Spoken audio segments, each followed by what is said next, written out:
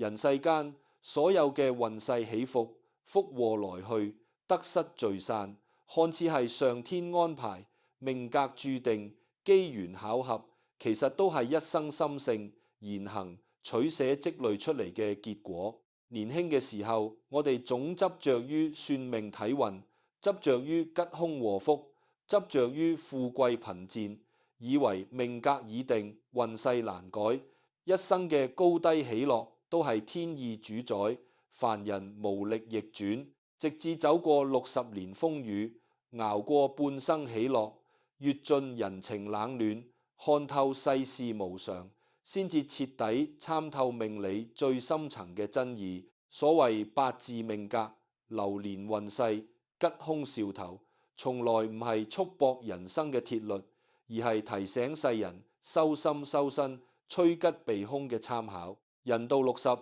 先至明白，真正主宰晚年福運、決定暮年層次、左右餘生安穩嘅，從來唔係天數，唔係風水，唔係流年，而係自己數十年養出嘅聖子、積落嘅德行、守住嘅本心、堅持嘅活法。坊間好多人對命理運勢一直存有好大嘅誤解，尤其係花甲之年嘅長者，大半輩子奔波勞碌，歷盡喜樂，到咗60歲，總會執着於睇晚年運、問餘生福，求平安順遂。有人執迷於八字吉凶，見流年不利就心生惶恐，日日憂慮。有人痴信風水擺件、方位格局，以為改幾樣擺設就可以逆轉運勢，招來富貴。有人迷信命格高低，覺得自己先天命薄，晚年無福，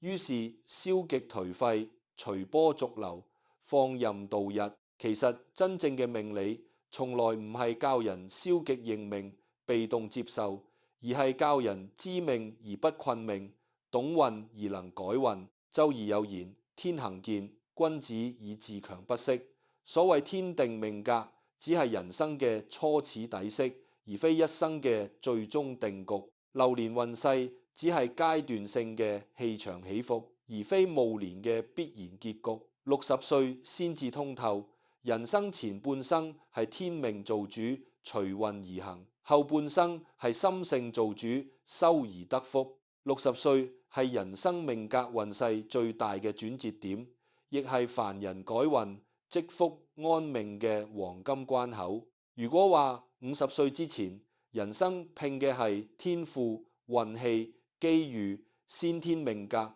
受外界牽絆極深，受時局影響極大，受流年束縛極重。那麼50歲之後踏入花甲之年，人生拼嘅就係德行、心態、修養、活法。後天修行完全可以蓋過先天不足，人心格局足以逆轉晚年氣場。好多人唔明白呢個道理，年輕時肆意妄為，消耗福報，積攢累氣，到老先求神拜佛，急於改運求福。殊不知晚年嘅所有福運都係前半生一言一行、一善一德、一取一捨累積而來，從無僥倖，從無例外。睇盡無數花甲長者嘅晚年運勢，會發現一個極為通透嘅命理規律。真正晚年有福、餘生順遂、無災無難、平安喜樂嘅人，未必係先天八字最旺、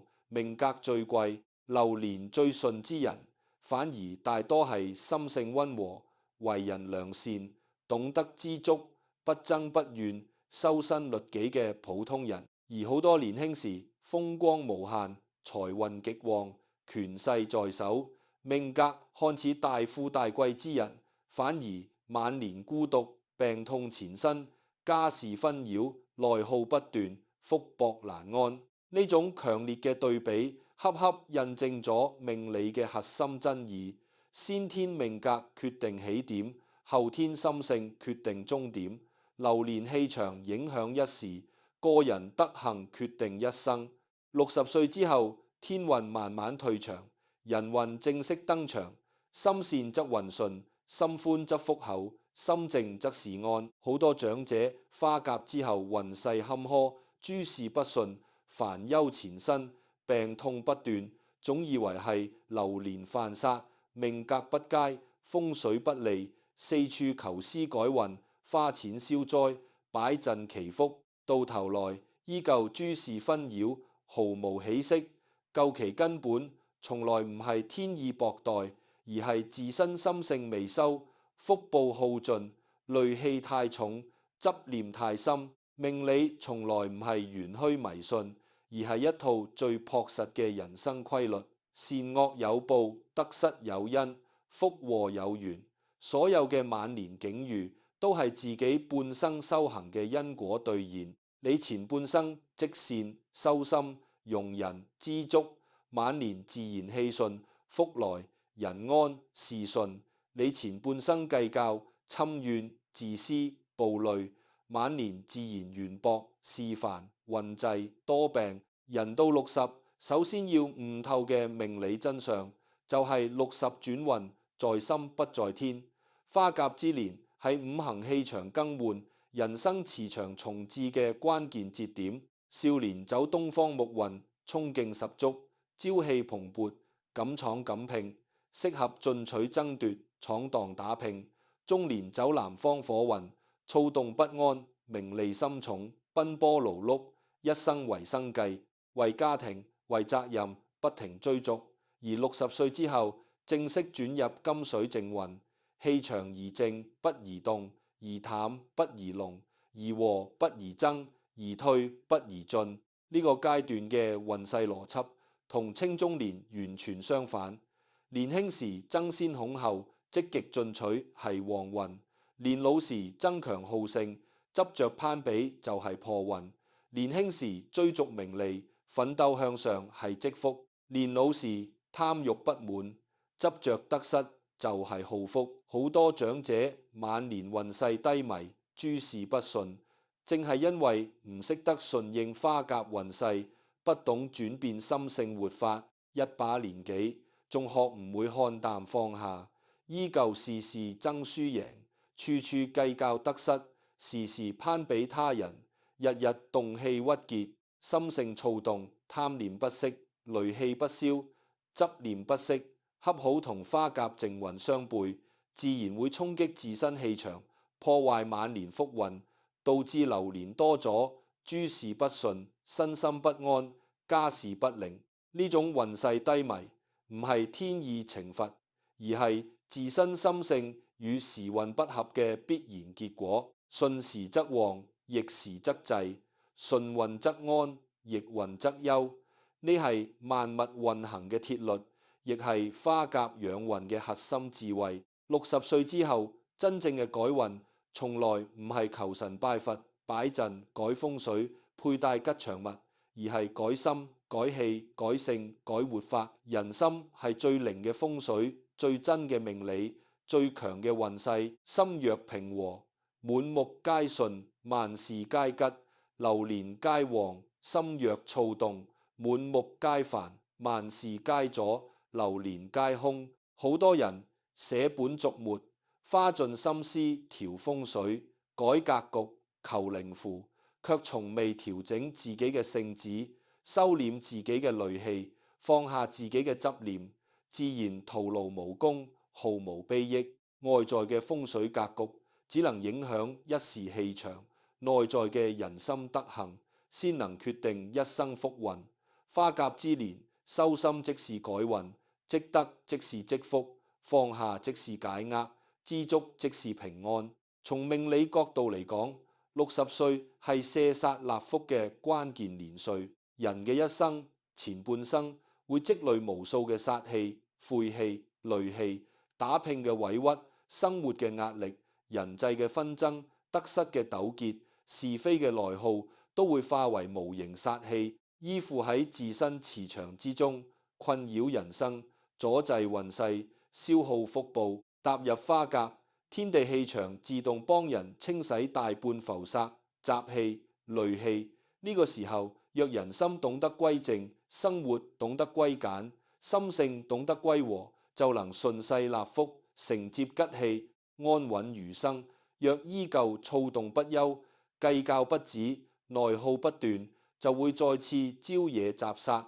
堆積晦氣，令晚年運勢雪上加霜，諸事受阻。所以好多人60歲之後，運勢會出現兩極分化，一部分人越老越順，越老越有福，越老越心安，病痛減少，家事和睦，心境從容，日子清歡；另一部分人越老越苦，越老越煩，越老越坎坷，病痛纏身，家人疏離，是非不斷，內耗終日。呢兩種截然不同嘅晚年境遇，從來唔係上天偏心、命格有異，而係花甲之後，有人順運修心、卸煞納福，有人逆運執念、攬煞自困。運勢嘅分野，從60歲心性取捨嘅一刻就已經超然注定。花甲命理最核心嘅智慧，在於老不爭則福心。年輕時爭名利、爭機遇、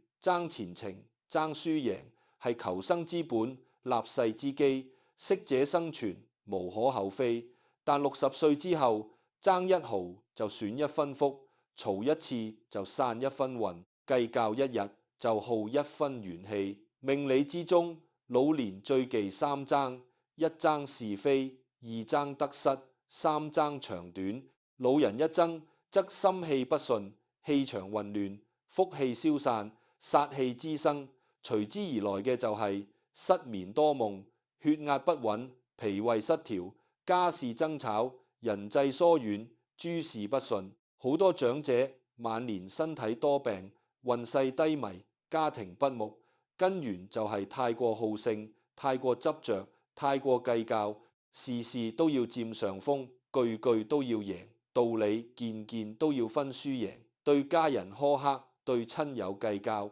對世事執着，日日活喺爭執與內耗之中。誰不知老人係一家之福根，一宅之氣源。老人家心平氣和，寬厚包容，知足常樂，全屋嘅氣場都會變得溫潤順暢，福氣充盈。老人家心燥氣餒，斤斤計較，怨氣滿腹，全屋嘅磁場都會變得混亂壓抑，晦氣纏身。老人嘅心境就係家庭最好嘅風水，老人嘅包容就係晚年最旺嘅運勢。命理上講，厚德載福，靜心立吉。60歲之後，福報從唔來自外界追逐，而來自內心修養。人到暮年，德行重於能力，心態勝於運勢，包容貴於精明，知足多於擁有。前半生精明過人，算盡利弊，增盡得失，未必係福；後半生糊塗通透，慳淡利弊，放下得失，先係晚年最大嘅貴運。太多長者一生太過精明，太過通透，太過計算，人情算得太清楚，得失分得太明白，是非變得太極致，到頭來身邊無親，身邊無友，心裏無暖，晚年孤涼。呢種結局唔係命格孤薄，而係精明好福，計較損運。真正懂命理、識改運嘅花甲長者，60歲之後都會主動學傻、學懶、學淡、學放、學傻，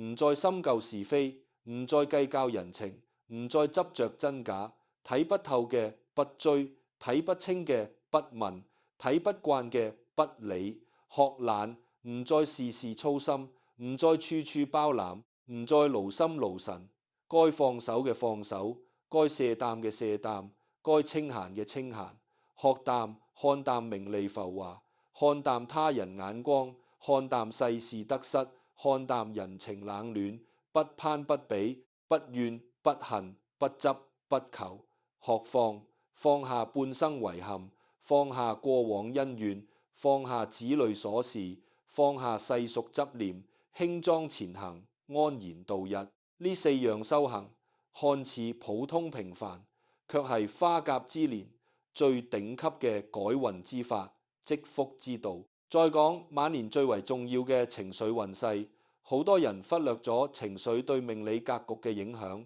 殊不知情緒係晚年運勢嘅風向標。亦係健康福運嘅源頭。從五行命理嚟睇，怒傷肝木，思傷脾土，憂傷肺金，恐傷腎水，燥擾心火，一切負面情緒都會擾亂五行平衡，破壞氣場穩定，耗損先天福報。60歲之後，五行氣本就逐漸衰退，體質逐漸偏弱，磁場逐漸單純，再也承受唔起長期嘅怨氣、燥氣、鬱氣、戾氣，日日動怒嘅人，肝氣鬱結，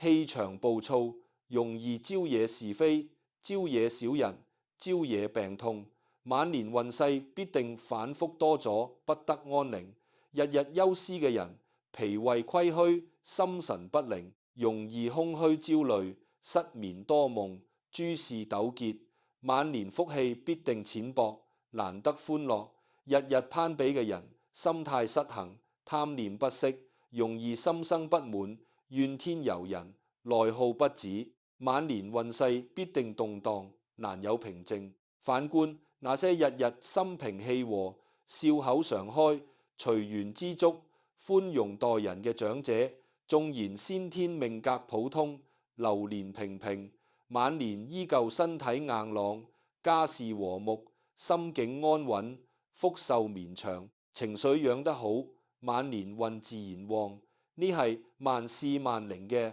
命理真規。花甲之年，仲要悟透緣分命理，放下對親情、人情、姻緣嘅所有強求。世間所有嘅相遇、相離、親疏、遠近、厚薄、冷暖，皆有天定，皆有因果，皆有緣數。子女孝順與否，親友真心與否，家人和睦與否，都係畢生緣分嘅積累，強求唔到，挽留唔住，改變唔來。好多長者晚年運勢坎坷，心神鬱結，日日難安，就係死死執着於緣薄之人，強求於無緣之事，糾結於無果之緣。命理講究緣來不拒，緣去不追，緣深識緣，緣淺隨緣。60歲之後，該遠離嘅人不必留，該釋懷嘅事不必記，該放下嘅則不必抖。子女有子女嘅命格，後人有後人嘅運勢，他人有他人嘅造化。你可以盡心付出，可以善意叮囑，可以溫柔陪伴，但絕對唔可以強行干預、執意改變、過度操心、過度嘅干涉，會擾亂他人嘅人生軌跡，亦會消耗自己嘅晚年福運，兩敗俱傷，毫無益處。放下對他人嘅期盼，放下對世事嘅強求，放下對完美嘅執念，先可以斷殺納福，清靜心安，運勢順遂。好多長者迷信晚年無依，子女疏離係命格孤獨，其實從命理因果嚟剖析，從無端嘅孤獨，亦無故嘅疏離。前半生太過操勞，太過掌控，太過付出，太過干涉，後半生必然迎來疏離與放手。前半生太過計較，太過挑剔，太過苛刻，太過爭執，後半生必然迎來冷清與孤獨。所有嘅晚年境遇都係自我心性與言行嘅反向回響。你寬容待人，人自會溫柔待你；你知足常樂，運自會溫潤護你；你平和處世，福自會超然伴你。與其怪命格、怨流年、嘆風水，不如修自己，改心性，積德行。60歲之後，流年運勢嘅真義，從來唔係大富大貴、風光無限、名利加身，而係無災無難、無病無痛、無憂無慮、無紛無擾。年輕時，大家追求旺財、旺事、旺人緣，渴望運勢如虹，事事順遂，步步高升。但花甲之年，真正嘅旺運、頂級嘅福氣，只係平靜、安穩、健康、自在。命理之中，平淡為真，平安為貴，清靜為福，無事為吉。好多人唔識晚年運勢嘅取捨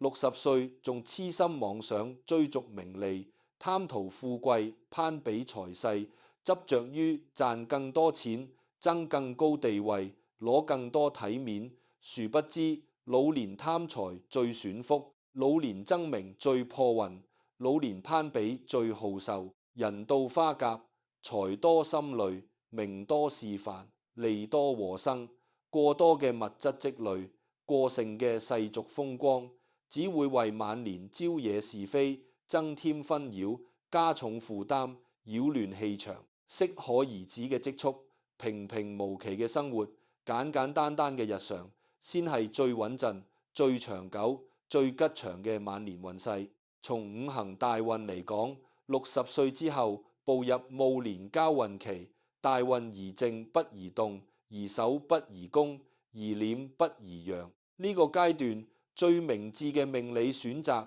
就係守成、收斂、穩定、低調。守成，守住半生積落嘅家業、積蓄、德行與福報，唔冒險，唔貪婪，唔激進。收斂，收斂自身嘅稜角、脾氣、貪念、燥氣，低調做人，溫柔處世，淡然處事。穩定，穩定作息，穩定情緒，穩定生活，穩定人心。不折騰，不動蕩，不浮躁，低調，遠離是非，遠離攀比，遠離爭執，遠離喧囂，靜守己心，安度日常，順應戊年大運規律，先可以趨吉避凶，穩住福運，安享餘生。坊間好多命理師喜歡教人改運催財、催貴、催命，卻極少有人講晚年真正嘅改運之道。花甲老人嘅改運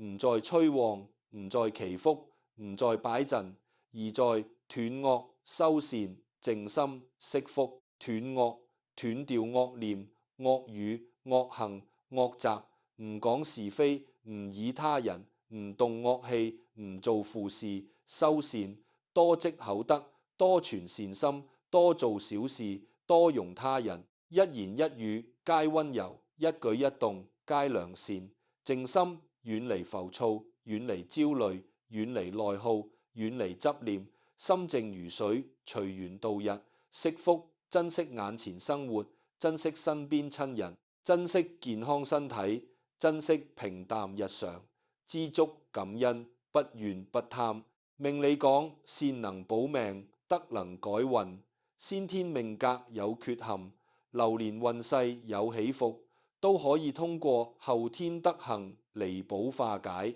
八字不足，德行補之；流年不利，善心度之；風水不佳，心境化之。世間最強大嘅改運法門，從來唔係外在嘅元術，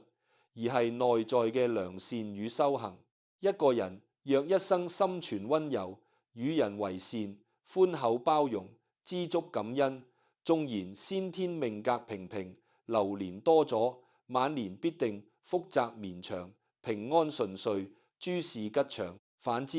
一個人縱然八字極佳，先天富貴，流年大旺，若心性險惡，斤斤計較，怨氣沖天，自私自利，晚年必定福報耗盡，運勢衰敗，難得善終。60歲之後，仲要悟透口德即運勢嘅命理真諦。俗語講，禍從口出，福由心生。人世間大半嘅禍事、是非、晦氣、破運，都源自一張唔守本分嘅嘴。好多長者晚年運勢低迷，招惹小人，家事不寧，人際疏遠，並非流年不利，而係口德不修，言語無道，日日閒談是非，以人長短，道人隱私，嘲人得失，動輒抱怨生活，埋怨家人，嗔怪世事，吐槽命運，滿口負能量，滿心怨氣，滿眼不甘。從命理氣場嚟講，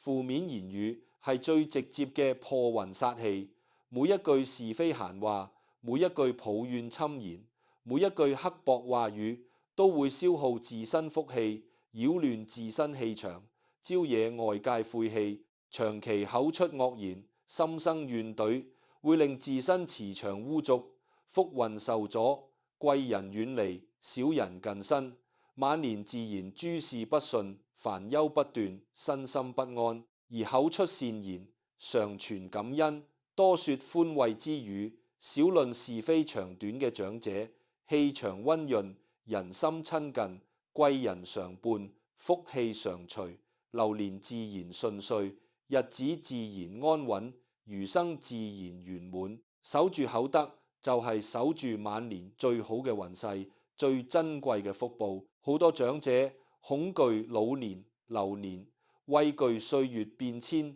擔心晚年災禍。其實命理之中，最護善良長者，最有知足之人，最識通透之心。人到60，歷盡世態炎涼，看透人情虛幻，經過風雨磨難，本就積滿半生閱歷，賺下半生德行，修出半生通透。呢份歲月沉澱嘅修養，就係晚年最強嘅護身符，最穩嘅運勢，最厚嘅福報。少年嘅運勢靠天賦，中年嘅運勢靠拼搏，老年嘅運勢靠修行。60歲之前，運勢係天定7分，人改3分；60歲之後，運勢係人定7分，天定3分。你嘅心態、德行、脾氣、活法，完全可以主宰晚年所有嘅吉凶禍福、順逆得失。你心寬則萬事皆順，你心善則百福皆臨，你心靜則諸煞皆消，你知足則餘生皆安。無論先天八字係優係劣，無論前半生運勢係順係逆，無論流年氣場係吉係凶，踏入花甲之年，一切都可以重新修正，重新積福，重新改運。前半生嘅遺憾、虧欠、坎坷、磨難，都已經隨歲月落幕，隨流年過去，不必耿耿於懷，不必反覆糾結，不必自我內耗。後半生嘅運勢，從此刻開始，由心而起，由得而聚，由己而定。真正通透嘅花甲長者，60歲之後，不再執迷算命問運，不再痴信風水格局，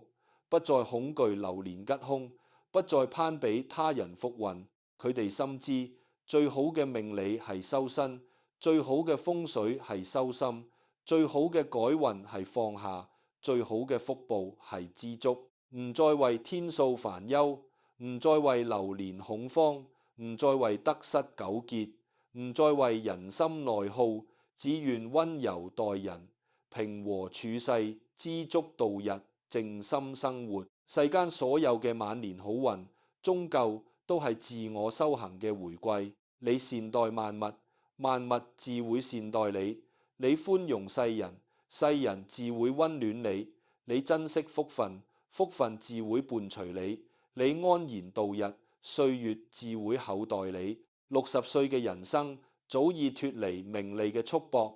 遠離紛擾嘅牽絆，告別拼搏嘅浮躁。最珍貴嘅運勢，從來唔係外在嘅風光與順遂，而係內在嘅安穩與從容。願每一位步入花甲之年，走過半生風雨嘅長者，都可以悟透晚年命理嘅真義，放下對天運嘅執迷，放下對得失嘅強求，放下對人情嘅執念，以善心養福，以靜心養運，以寬心養人，以知足養歲月。不爭不嘈，不怨不恨，不攀不比，不執不求，順應花甲正運，修養自身心性，積累日常德行，讓餘生無災無難，無病無痛，無憂無慮，無紛無擾，以最好嘅人心風水護佑自己，度過一個平靜安穩、福壽綿長、溫柔圓滿嘅美好暮年。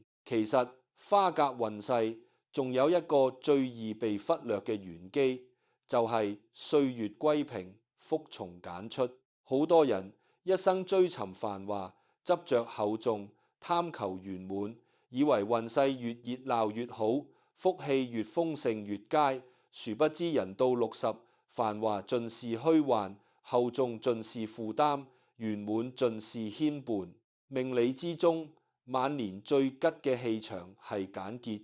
最貴嘅狀態係清閒，最穩嘅格局係平淡。生活越簡單，雜殺越少，福氣越純，運勢越順，人心越簡淨，煩憂越少，內耗越無，安穩越足。前半生我哋被時局、環境、命格、機遇牽住走，好多時候身不由己，運不由人。縱然有心改變，亦難抵大運洪流。但60歲之後，大運趨緩，時運歸平，外界牽絆大幅減少，人生嘅主導權徹底反歸自己手中。呢個時候，你嘅每一次心軟，每一次包容，每一次放下，每一次知足，都係為自己積福改運。你嘅每一次計較，每一次侵怨，每一次躁動，每一次執念，都係為自己招殺耗福。晚年嘅運勢，一分一毫，一吉一凶，皆由己造，皆由心定，皆由行積，從來冇無故嘅好運，亦冇無端嘅壞運。晚年嘅每一份平安喜樂，每一份身心安穩，每一份家庭和睦，都係半生修身積德嘅善果。晚年嘅每一份病痛困擾，每一份是非紛擾，每一份孤獨鬱結，都係半生執念內耗嘅回音。命理從來唔係迷信嘅預言，而係客觀嘅因果規律。運勢從來唔係上天嘅安排，而係自我活法嘅累積。人到花甲，最通透嘅認命，唔係消極躺平，任由浮沉，而係坦然接受先天不足，看淡前半生得失，然後積極後天修行，用心經營餘生。認命而不困命，知運而能改運，順天而不隨波，隨緣而不放任，明白天意有定，人力無窮，命格有限，修行無界，流年有起伏，心境可長安。呢種通透嘅認命與改運，先係花甲長者最高級嘅命理智慧，亦係晚年最穩妥嘅立身之道、積福之法。好多長者誤解咗天命二字，以為命理既定就只能逆來順受、聽天由命，於是遇到坎坷就自怨自艾，遭遇不順就消極頹廢，甚至覺得自己晚年無運，一生薄福，索性放棄自律，放任身心，不再修心積德。其實真正嘅大道命理，從來都係天定規矩，人定吉凶。上天只會設定人生嘅底色與起伏節奏，卻從不會強行綁定一個人嘅晚年結局。你60歲之前嘅貧富喜樂、得失榮辱、因緣際遇，或許受大運、流年、命格牽制甚深，身不由己，勢難自控。但60歲之後，人生大運交脫，世俗氣數退散，進入自修自養、自造自福嘅人生階段。呢個階段嘅吉凶禍福、平安順逆，90%都由自己嘅心性與言行話事。坊間命理常言，50歲前看天運，50歲後看人心。花甲之年正是人心轉運、德行保命嘅黃金分界線。好多人年輕時風水極佳，機遇不斷，運勢如虹，卻因為心性浮躁、驚弓自傲、刻薄待人、貪念過重，耗盡先天福報。踏入晚年之後，運勢急轉直下，病痛纏身，家事紛亂，心境難安。亦有不少人先天命格平平，年少坎坷，中年奔波，一生無大風光，卻因為為人溫厚、知足守善，從不怨天尤人，處處懂得包容體諒。來到花甲之後，反而運勢逆轉，福氣臨身，日子愈過愈順，身心愈活愈安穩。呢兩種截然不同嘅晚年結局，正好印證晚年嘅運勢從來唔係先天命格嘅延續，而係後天修行嘅兌現。人到60，最珍貴嘅改運本事，就係學會與歲月和解，與自己和解，與世事和解。前半生我哋執着於爭取，執着於完美，執着於公平，執着於結果，遇見不公就憤滿，遇見遺憾就糾結，遇見落差就自卑，遇見虧欠就耿耿於懷。種種執念累積成戾氣，化為殺氣，擾亂氣場，令運勢多咗，福氣難聚。來到花甲就要徹底放下呢種執着，明白人世本就無絕對公平，人生本就難十全十美，世事本就有得有失，緣分本就有厚有薄。過往嘅錯過、虧欠、委屈、遺憾，都係人生必然嘅歷練，唔係上天嘅懲罰，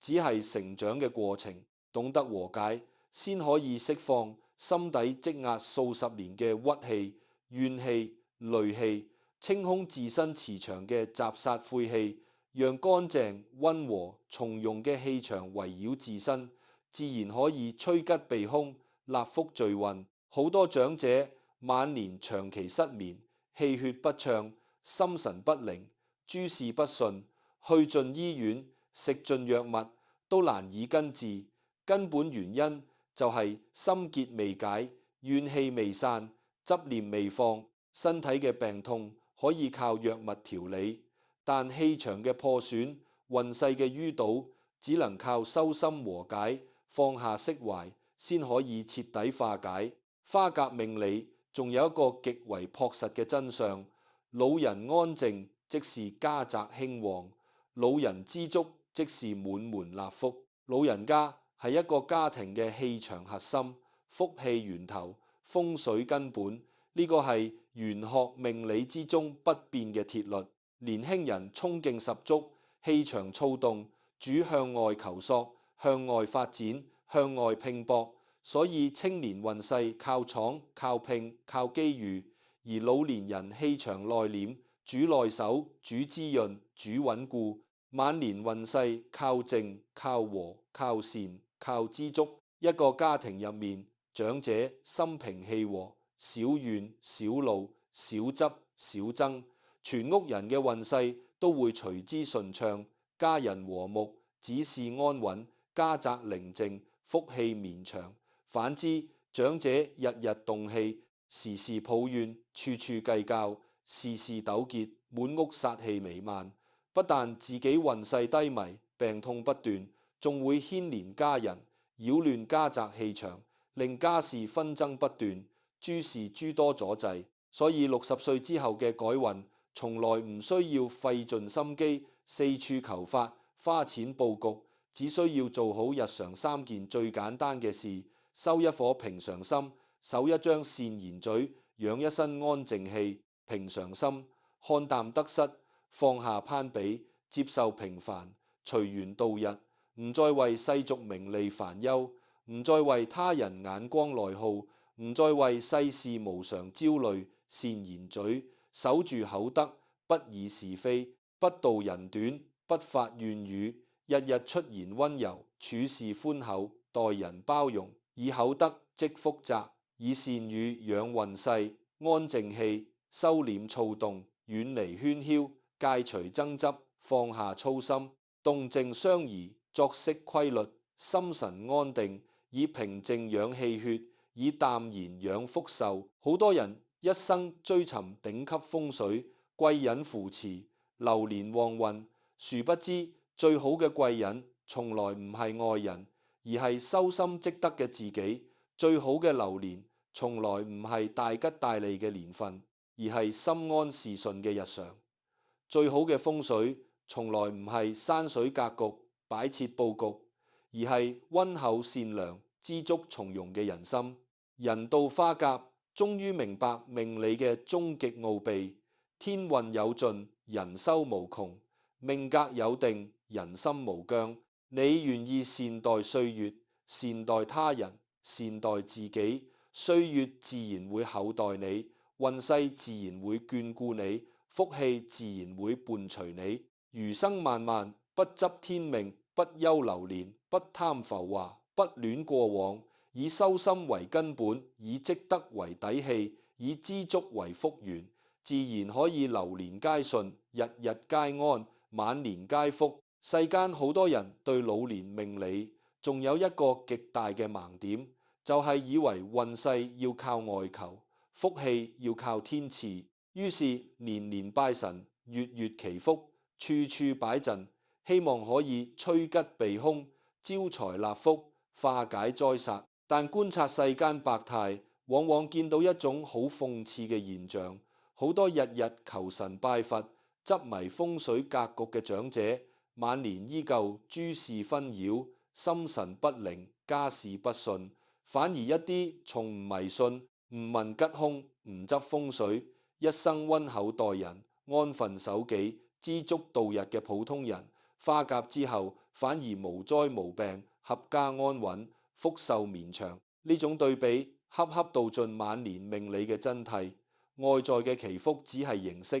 內在嘅修身先係根本。天賜嘅福運只係輔助，自修嘅善德先係根基。命理書上云：福無門，為人自招；禍無門，為人自召。呢句千古真理，專為花甲之年嘅長者而設。年輕時，人嘅福禍好容易被時勢、環境、機遇左右，努力未必有回報，善良未必有善果，付出未必有收穫，所以先有天意弄人、運勢難測嘅講法。但60歲之後，時勢影響力消退，外界干擾減少，人生大局已定，所有嘅福禍吉凶都徹底歸返自身。你一日修身，便一日納福；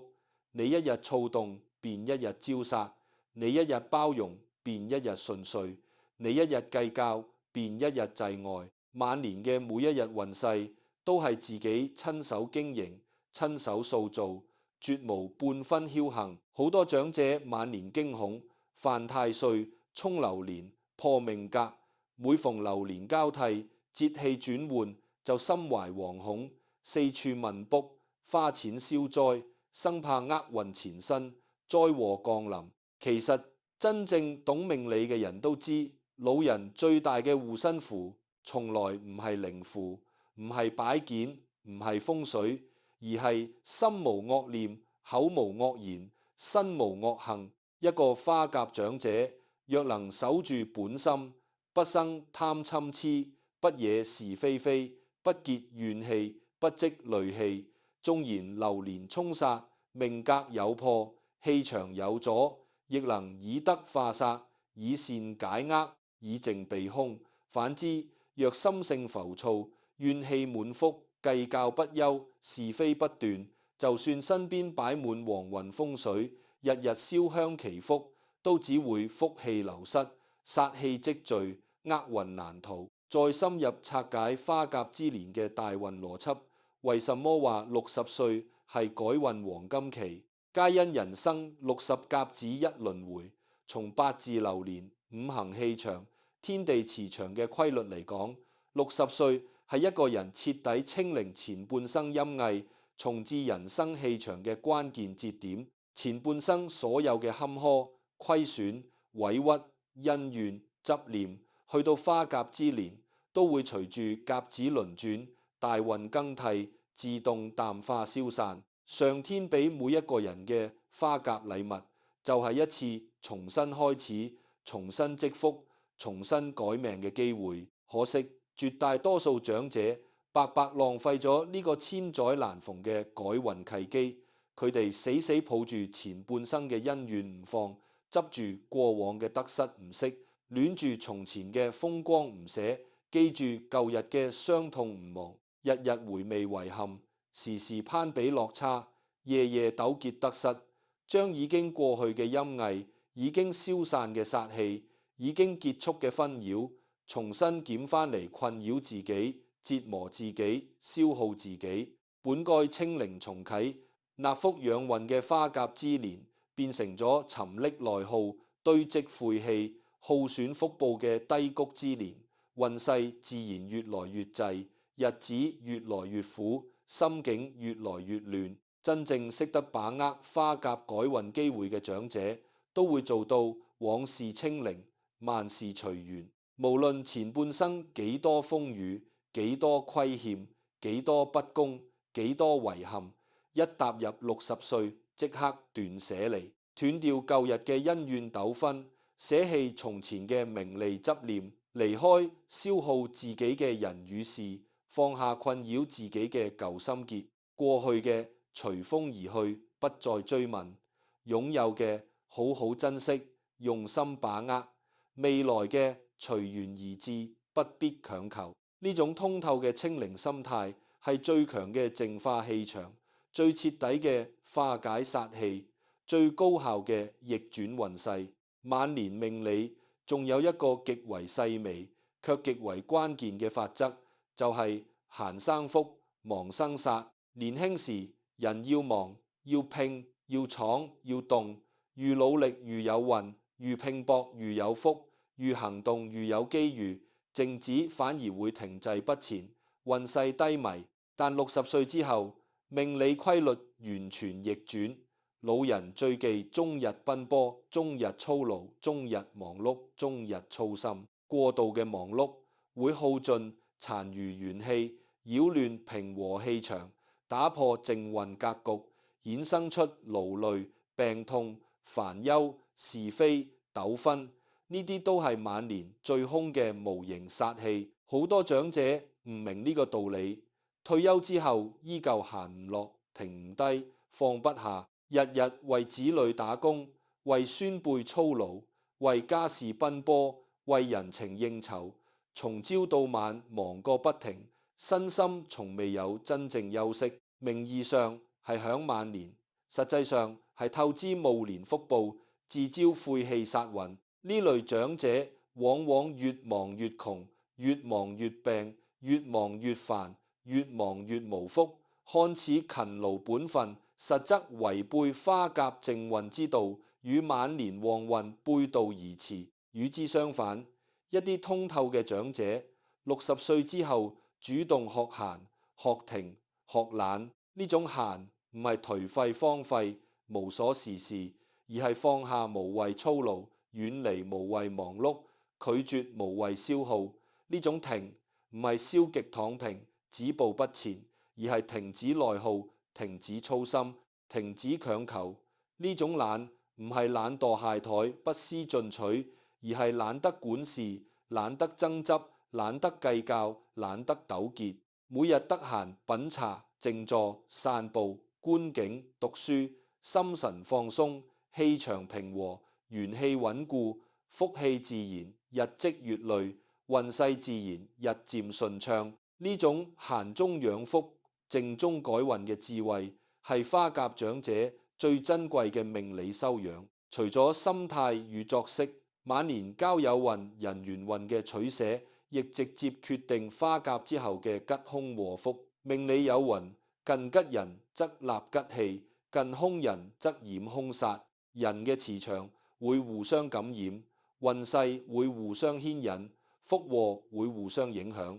60歲之後，人生交際圈必須做一次徹底嘅篩選與清理，呢個係改運納福嘅必要步驟。好多長者晚年運勢低迷，是非不斷，煩憂纏身，並非自身命格問題，而係身邊雜人太多，負能量太盛，殺氣太重，日日同中意搬弄是非、攀比炫耀、抱怨世事、怨天尤人嘅人來往，長期浸染負面氣場，自己嘅心境都會變得浮躁、狹隘、怨懟，福氣被消耗，氣場被擾亂，運勢被拖累。本來平靜安穩嘅晚年，硬生生被身邊人捲入是非紛擾、人情糾紛、攀比內耗，最終諸事不順，心神俱疲。通透嘅花甲長者，60歲之後一定會遠離雜人，親近善人，獨處養心，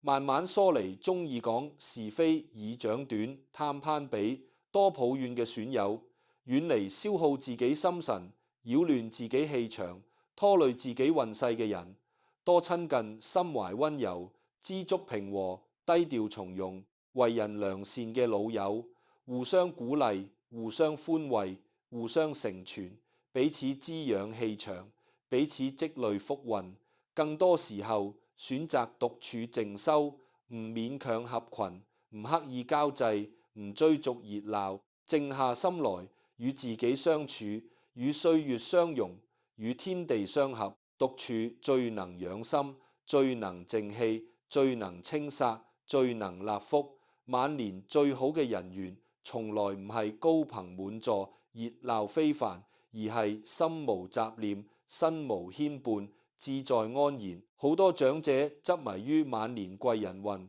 渴望遇見貴人扶持，幫忙解厄，提升運勢。其實晚年最大嘅貴人運就係知恩知足感恩。命理之中，感恩之心係最純正、最旺運嘅氣場。一個常存感恩嘅人，磁場溫潤柔和，福氣綿長不絕，貴人自動近身。日日感恩身體健康，感恩家人平安，感恩日子安穩，感恩歲月善待，感恩世間溫柔。就算生活平淡無奇，無大富大貴，無大風大光，依舊可以吸引吉氣，遠離凶煞，穩住運勢。反之，一個日日抱怨、不懂感恩、貪得無厭，總覺得世事虧待自己、命運薄待自己嘅長者，就算身邊有貴人，都會被自身嘅怨氣、戾氣、貪氣逼退。就算先天運勢極佳、福氣深厚，都會被日復一日嘅負面心念耗盡。越抱怨越無福，越計較越無運，越貪求越無德。呢個係晚年鐵一般嘅命理規律，從無例外。再講，好多長者最關心嘅健康運、長壽運，從命理角度拆解，晚年長壽安康從來唔係純粹體質問題，而係氣場、心性、德行嘅綜合體現。八字可以看出先天體質強弱，流年可以看出健康起伏，但後天修心養德，足以完全扭轉先天健康命格，化解流年病煞。命理之中，長壽有福嘅老人，普遍有三大共通特質：心寬、氣和、德厚。心寬者不執小事，不糾紛擾，不積怨氣，心無鬱結，則氣血順暢，五臟調和，病痛不生。氣和者少怒少躁，少憂少思，情緒穩定，五行平衡，氣場乾淨，磁煞不侵。德厚者與人為善，寬容待人，積德累福，天護善人，歲月厚待，福壽綿長。呢三樣特質全部都係後天可以修煉、可以養成、可以改造，與先天命格無必然關係。好多長者先天體質偏弱，八字帶病煞，流年多健康起伏，卻因為一生溫厚善良，心態平和，知足常樂，花甲之後反而身體日漸硬朗，病痛慢慢消退，健康運越來越旺。亦有不少人先天體質強健，八字福壽俱佳，卻因為心性狹隘、好勝計較、怨氣滿腹，終日內耗，踏入老年之後，百病纏身，體質暴跌，健康運急轉直下。呢就足以證明晚年健康運7分在修心，3分在天命。人心先係主宰長壽福運嘅核心關鍵。花甲命理仲有一個好隱蔽嘅規律，叫做靜養福，動好德。呢度嘅動與靜唔單止係肢體動靜，更係心念動靜、慾望動靜、情緒動靜。60歲之後，心念愈靜，慾望愈淡，情緒愈穩，福報積累得愈快，運勢愈穩。心念愈躁，慾望愈多，情緒愈亂，德行消耗得愈快，運勢愈衰。年輕時心念躁動，慾望滿懷，積極進取係成長嘅動力，旺運嘅根基。但老年之後，過多嘅念想、過剩嘅慾望、過雜嘅思慮，都會變成耗福破運嘅煞氣。想太多，欲太多，憂太多，求太多，心就唔靜，氣就唔順，運就唔暢，福就不聚。所以花甲長者想要晚年運順福厚，必須學會減念、減欲、減思、減憂，減少無謂嘅思慮雜念，減少過多嘅物質慾望，減少對他人嘅期盼強求，減少對世事嘅焦慮擔憂，心念歸簡，慾望歸零，心神歸正，自然氣順福來，運旺身安。好多人誤以為老年無求即是消極，其實老年無求先係最高級嘅積福改運。無求於名利，故而不爭不搶，遠離是非；無求於他人，故而不怨不恨，遠離內耗；無求於完美，故而不糾不結，遠離煩憂；無求於天運，故而不慌不恐，遠離災殺。無求唔係放棄生活，而係放下執念；唔係不思進取，而係順應天命；唔係消極頹廢，而係通透隨緣。呢種無求之心，恰好契合花甲正運嘅大道規律，自然可以承接天地吉氣，納取歲月福澤。我哋睇遍世間長者嘅晚年際遇，會發現一個好溫暖嘅命理真相：上天從來唔會虧待一個通透善良、知足平和嘅花甲之人。你前半生辛苦勞碌、默默付出、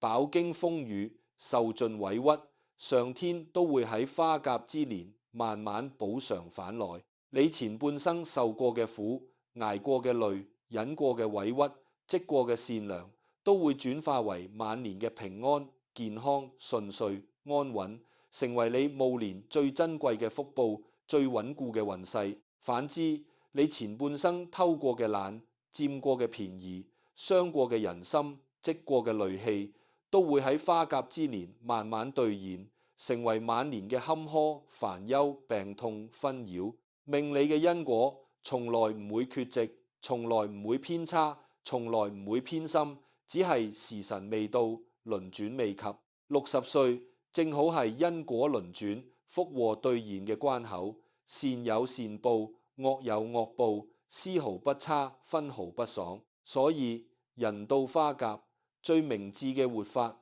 最頂級嘅改運，就係坦然接受，用心修養，靜待福來，接受自己嘅平凡，接受命格嘅普通，接受流年嘅起伏，接受世事嘅無常，接受人生嘅遺憾。唔好抗拒歲月，唔好恐懼流年，唔好抱怨命運，唔好攀比他人，坦然接受一切，先可以放下執念，清空雜氣，穩定心態，順應時運，用心修養心性，積累德行，守住善念，管好言行，先可以慢慢化解凶煞，累積吉氣，逆轉運勢，厚積福報。靜心等待，安然度日，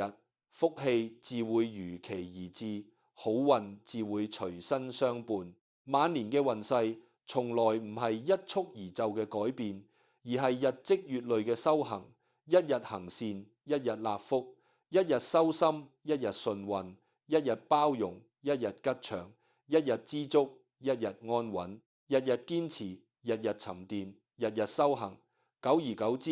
心氣自順，氣場自正，福氣自厚，運勢自旺。呢種慢慢積累、潤物無聲嘅改運，先係最穩陣、最長久、最真實嘅晚年好運，遠勝過一切風水擺陣、祈福儀式、靈符吉祥物。60歲之後，終於徹底悟透，命理嘅最高境界，從來唔係改運催福、趨吉避凶，而係知命而安，順運而活，修己而福。知道自己嘅先天命格，唔自卑，唔自大，唔消極，唔惶恐，順應晚年嘅正運規律，不爭不躁，不貪不求，專注修養自己嘅身心德行，善待自己，善待他人，善待歲月，善待生活。世間萬物皆有定數，唯有人心無定；天地運勢皆有輪轉，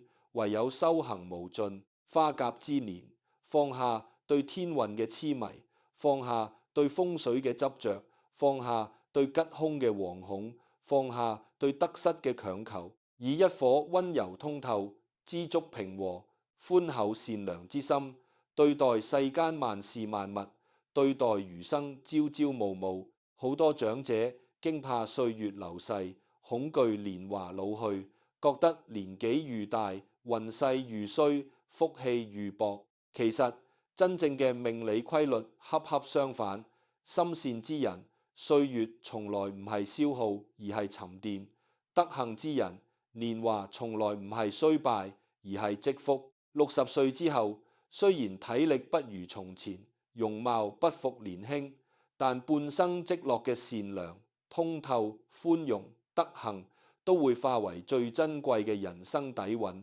最堅實嘅護身福運。歲月從來唔會虧待一個認真生活、用心修己、溫柔向善嘅人。你年輕時吃過嘅苦、受過嘅累、忍過嘅委屈、做過嘅善事，都會隨住歲月沉澱，隨住流年輪轉，喺花甲之後一一兌現，化為晚年嘅平安、健康、順遂、安穩。年紀愈長，心性愈靜，德行愈厚，福氣就愈濃，運勢就愈穩，日子就愈甜。老年嘅美好，從來唔係年輕時嘅風光延續，而係半生修行嘅美好回歸。人到花甲，終於可以放下所有執迷、所有惶恐、所有內耗，真正活通透、活自在、